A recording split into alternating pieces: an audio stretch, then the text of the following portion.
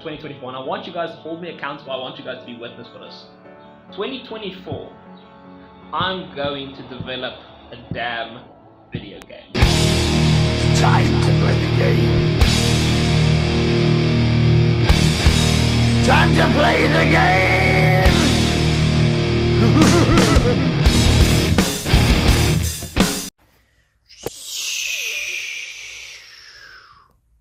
Hello everyone, and welcome to another episode of our whole game making journey, as I took you on a journey across the roof of my room and across these painted dunes. So yeah, to give a little recap of last time we designed our first level that's outside of the base level, that's like the town and stuff. And it went pretty well. You know, we did the store, allowed people to purchase stuff, and we allowed some interaction for the first time with some objects in the game and all that. And I think it's turning out well.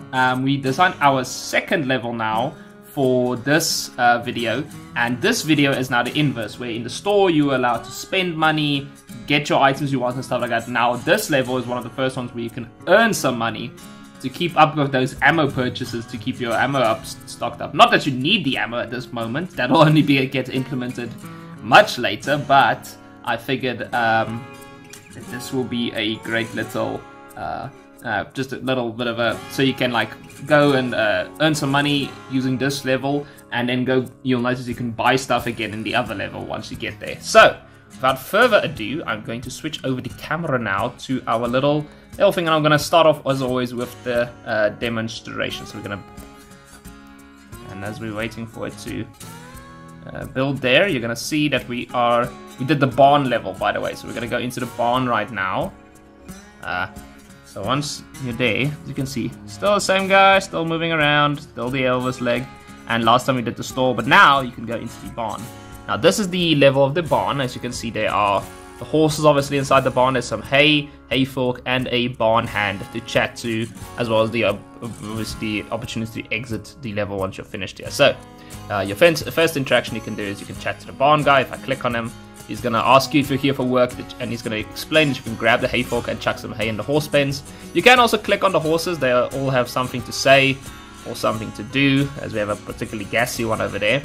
And once you pick up the hay, you're going to notice he also mentions that you need some hay on that fork to feed them.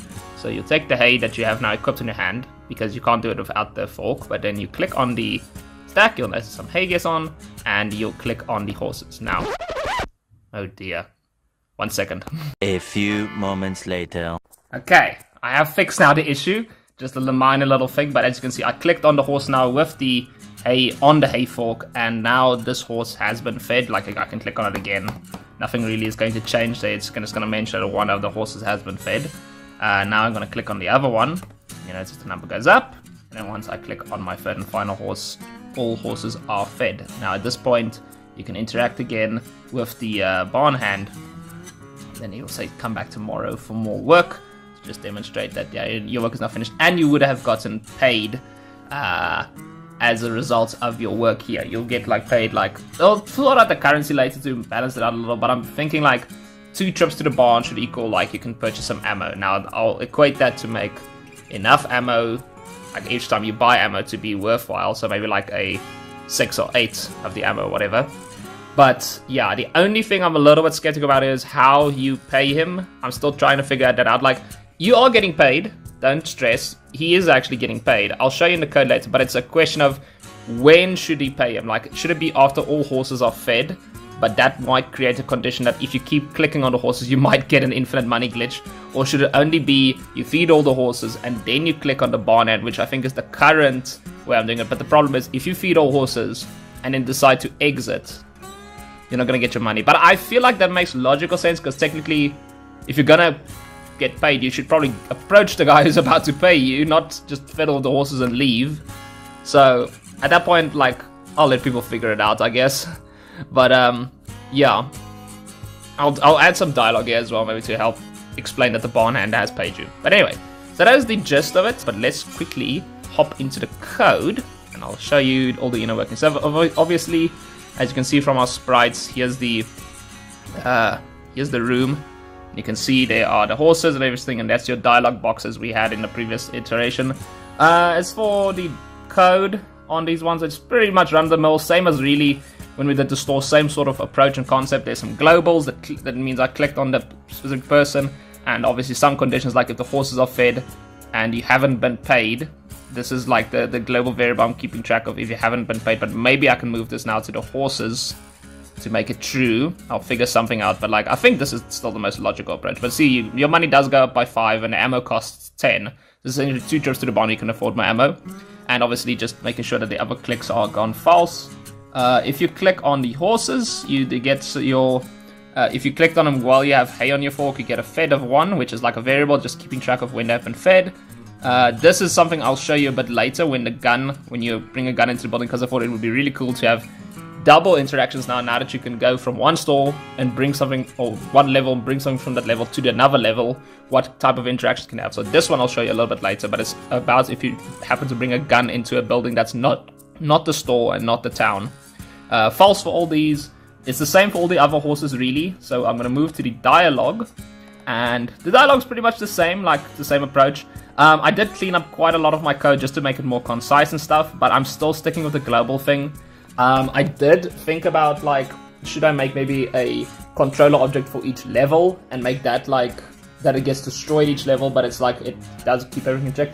But it's the same really as like keeping track of the globals with one persistent object controller. I think really it's the same go about, and my game's small enough that we can still stick with it. So I'm sticking with the global solution for now.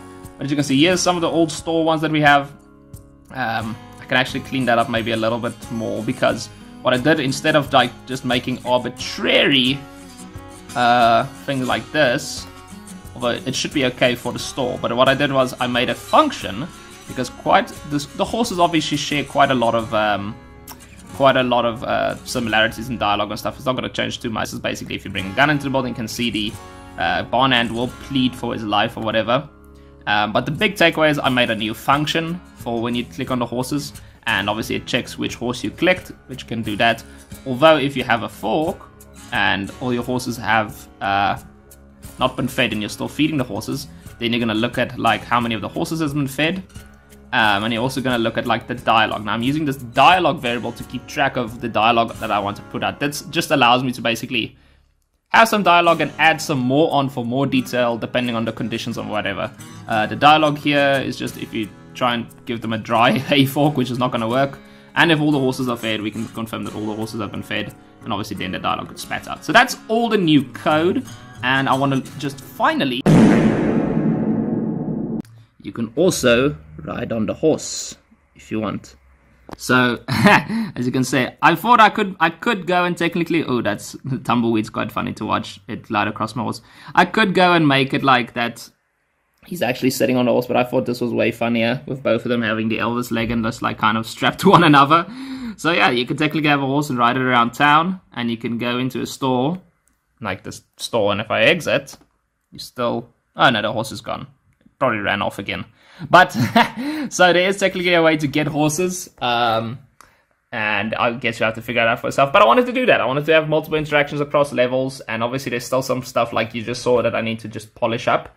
But I'll get to that. That's no biggie. The big thing is we've got 2 levels. They can interact with each other. They're both very interactable, and they both have their own secrets and stuff that I'm going to be implementing. So, we're going to keep doing that as the levels go on. We have 3 big levels left for now. Next up, I am planning to do the saloon, which is also going to be a way of earning money, but in a different way, and with some other unique interactions with maybe more patrons of the town. And then I'll leave these 2 for last. This is like the biggest change, so I'm going to probably do them last and then do the house next, which is going to be interesting. But yeah, another step in the journey and another fun little adventure that we had. So I hope you guys enjoyed this. I hope, yeah, you still find it fun and entertaining to watch the whole process, as I'm also having fun learning and perfecting the process and all that. So yeah, I hope you guys tune in for the next one. But until then, I hope you guys stay safe, and we'll chat and game soon.